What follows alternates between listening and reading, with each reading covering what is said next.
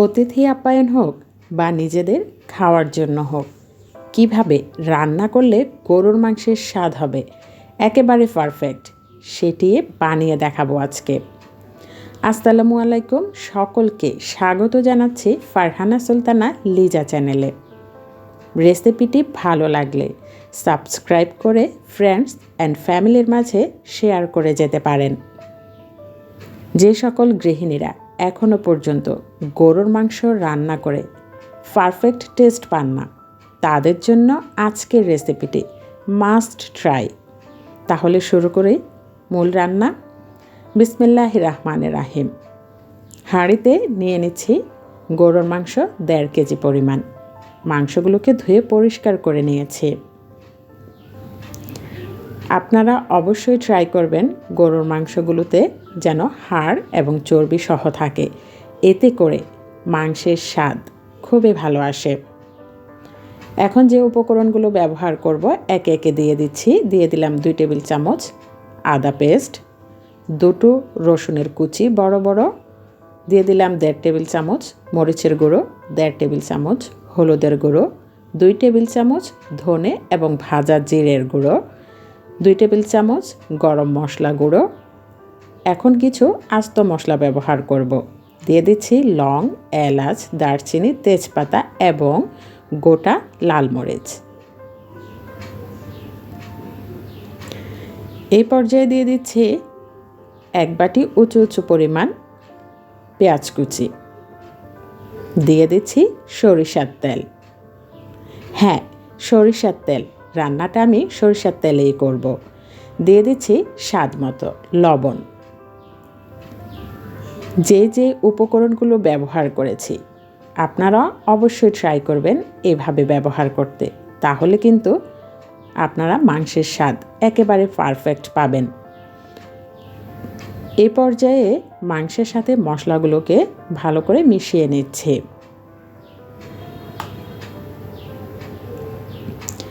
যাতে সবগুলো মাংসে মশলাটা ভালো করে লেগে আসে।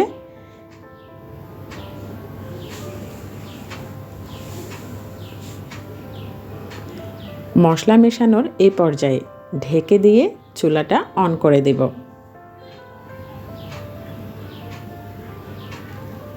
এই পর্যায়ে চুলার আঁচ হাই হিটে থাকবে।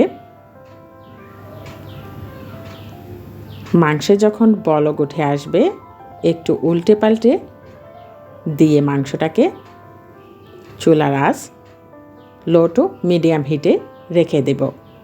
তাহলে মাংসটা খুব সুন্দর সেদ্ধ হয়ে আসবে।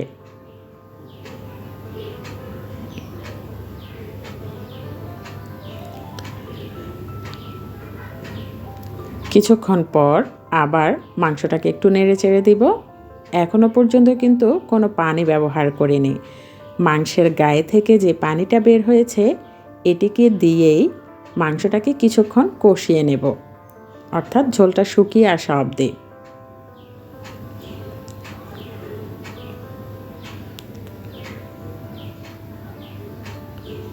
এভাবে কষানোর এক পর্যায়ে যখন ঝোলগুলো একেবারে মাংসের সাথে মাখো মাখো হয়ে গেছে, তখন একটু নেড়েচেড়ে দিয়ে আমি 1 কাপ পরিমাণ ফুটন্ত গরম পানি মিশিয়ে দেব।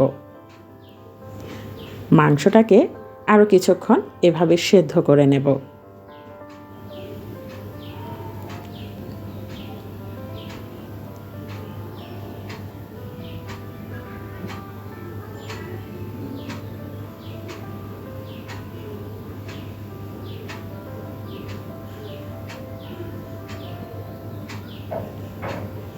কিছুক্ষণ পর আবার একটু নেড়েচেড়ে মাংসটাকে উল্টে পাল্টে দিব।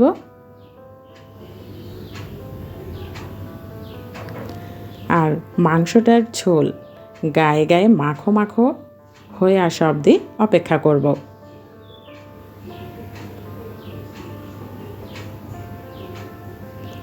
একটা মাংসের স্বাদ তখনই খুব ভালো আসে যখন মাংসটাকে খুব সুন্দর কষানো হয়। কষানোর এই পর্যায়ে আমি কিছু আলু অ্যাড করে দিলাম। আলু সহকারে আরও 4-5 মিনিট কষিয়ে নেব, এতে করে আলুর টেস্টটাও ভালো আসবে। তো 4-5 মিনিট কষিয়ে নেওয়ার পর আমি আবার এখানে 1 কাপ পরিমাণ ফুটন্ত গরম পানি দিয়ে দেব।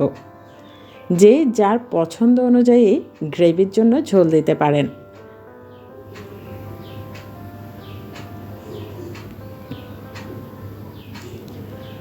তো মাংস রান্নাটা কিন্তু অলমোস্ট ডান। আজকের রেসিপিটি নিশ্চয়ই আপনাদের কাছে ভালো লেগেছে। এভাবে ট্রাই করে দেখবেন, খুবই ভালো লাগবে। তাহলে এই পর্যন্তই। নতুন কোনো ভিডিও নিয়ে আপনাদের মাঝে হাজির হব ইনশাআল্লাহ। সে পর্যন্ত সকলেই ভালো থাকুন, সুস্থ থাকুন, নিরাপদে থাকুন। আল্লাহ হাফেজ।